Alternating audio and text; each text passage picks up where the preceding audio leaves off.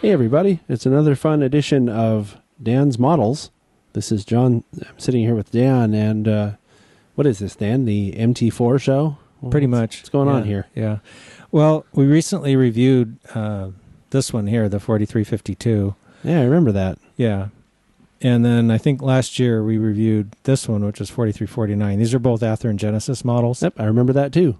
And then just for comparison's sake, even though it's kind of a project right now and isn't completely together, I brought this Sunset Brass model of an Mt-4, which I got probably around 1989 or 1990. Mm-hmm. And this was actually the first brass engine I ever had.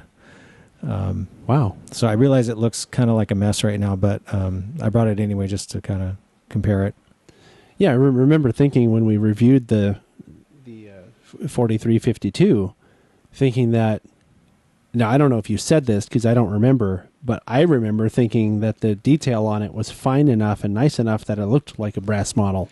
Yeah, it does. And this one also, I mean, they're pretty much similar. They're pretty close, huh? Yeah. In fact, in some respects, the detail is better on the Athearn models than it is on the brass engine. Yeah. We can take a look at some of that. Yeah, for sure. And, I would suggest to start with the tenders because I see a huge difference in the tenders alone. Yeah. So I've taken 4349 out of the picture for the moment because it has a totally different tender. Mm-hmm. But these two are pretty much the same. I think they're either 160C1s or 160C2s. Mm-hmm. And those ladders are a little I don't know, but what you're doing right now is the first thing I notice. That brass model ladders look really thick, like sewer pipes. Yeah, they are. A lot of the details on the brass model are a little bit chunkier than the Athearn. Yeah, and I'm sorry, but even back in 1989, certainly they must have had thinner brass wire than that. Oh, yeah, yeah.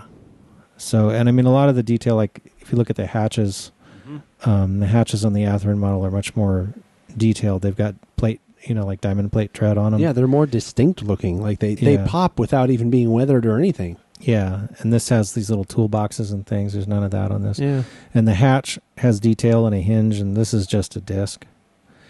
So, and then this really cool little dipstick up here, and there's none of that. It has these grab irons, that's it. So, not very detailed. I mean, especially for brass. Yeah. So, it's just kind of interesting to see, because you used to be you could never get a model that was this detailed unless it was brass. Yeah. And nowadays you can get them in plastic. Yeah, I remember, I think we rated this SP 4352 as an epic model. Yeah, we did. Yeah, and I think, I remember there were some comments in the comment section on YouTube about it, being expensive. I'm like, expensive? It's only $400. Yeah, well, I wanted to talk about that because, this is a Southern Pacific prototype locomotive. Okay. And, it's really only of interest to people who want to run SP engines. You wouldn't see one of these painted for the Norfolk and Western or something. You might, but that would be someone who didn't know what they were doing. Yeah, it's or had a pipe dream. You would. That would just be not done. So, any more than you'd run a NWJ in California. You just don't do that. So, why? What's wrong with our mountains? Little inside joke. Yeah.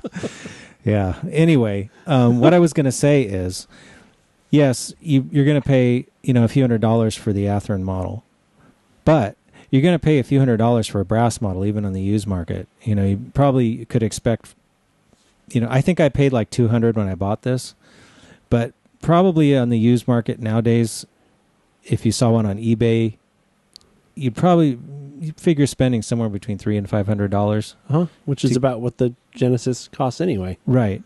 And then you're probably going to have to paint it because it's either going to be unpainted or it's going to have a bad paint job on it that looks like somebody did it with a toothbrush, or the paint is just old and starting to wear off like this one. I painted this one probably 1991 or something.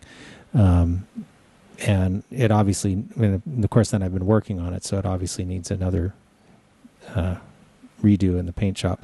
But The point is, though, that you're going to have to do a lot of work to it. Right. They're not DCC ready. So if you want to put a decoder in it, you're going to have to spend money on that. You're going to have to do some work on it. If it has a bad gearbox, you're going to have to replace that. Plus, if you have to pull the main driver apart to replace the gear, likely you're going to be re-quartering the drivers. You could run into quartering issues, right? Right. What about the motor? Well, this one has a CAN motor. Not all brass engines are created equal. Some of them, the nicer ones have a CAN motor. They have backhead detail and they have sprung drivers, which this one does. Has all that stuff. So it's actually, this has a really silky smooth mechanism. So it actually runs really nicely when it's running. But you can figure you're going to. Some engines though you don't get so lucky. I bought some other brass engines that don't run so well. Mm-hmm. And if you get one like that, you're going to have to tinker with it. So you figure, you're going to be spending money on the model. You're going to spend money on a paint, either painting it yourself or having someone else do it. You're going to spend money on a decoder if you want to do that. Yeah. Lights, So, I mean, by the time you're done, now granted, the brass model will be really cool when it's finished, but it's going to cost a lot more than this. In time and effort. Right. Yeah. Right. And there's just nothing else. I mean, unless you're just one of those people who will buy some cheap generic steam engine and just that says SP on it and be happy with that, which is not, if you are, that's fine. I'm not judging it. I'm just saying, but if you want a really prototype correct engine, these are your choices. Yeah. Pretty much. Yeah. So, and the Athearn one, I remember when you pulled it out of the box and we were looking at it, I was just like, wow, this is amazing. Yeah, it really is a nice model. Even as someone who doesn't do this kind of stuff, I could tell the level of detail on it was on par with even better brass models. Okay, so this brass one, I know it says 4361 on it, but I did that before I had any really good reference material. Yeah. And I've since discovered that this model really doesn't match 4361 very well. Oh. So it's actually going to be 4350 because it matched 4350 better than anything else. Mm-hmm. And I've been going through and doing some modifications to it, like adding these steps on the sides of the boiler and these little clean-out plugs. Those little black things. Is that why it's all bare there? Yeah, I sanded some of the paint off so I could see what I was doing when I was doing this. And also some of the plumbing down here I've kind of changed in this thing. I've done a lot of work to this one, and I still need to do more work to it. Yeah, when it's running, it'll look nice side by side with this other one. Because it's going to have the same paint job, the daylight paint job.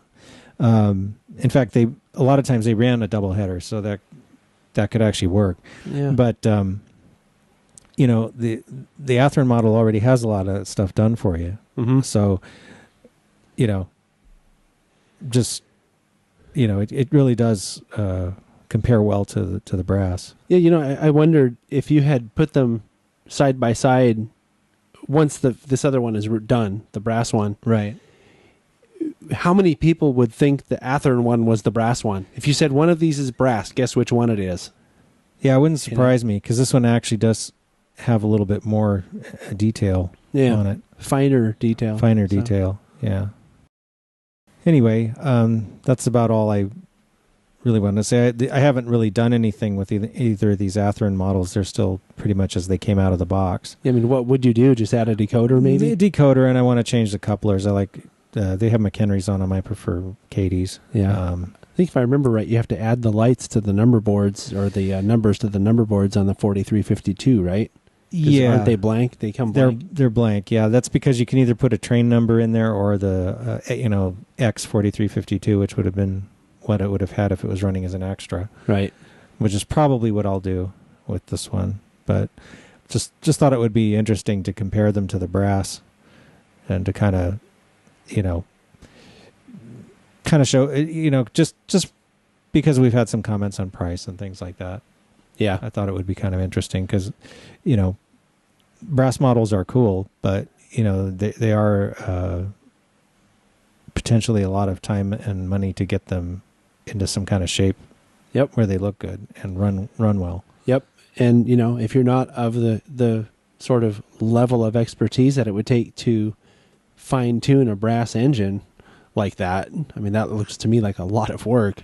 Yeah, it has been, and I'm not done with it yet. Yeah, it would be worth it to spend, if you really wanted one, to spend the money and just get a running, nice, very well detailed, epic model. You know, Right. That's like what it came down to for us. Right. All right. Okay. Well, then, that'll do it for this episode, I suppose. And we'll be back again next week with our next episode. So thanks for watching. Yeah, thanks.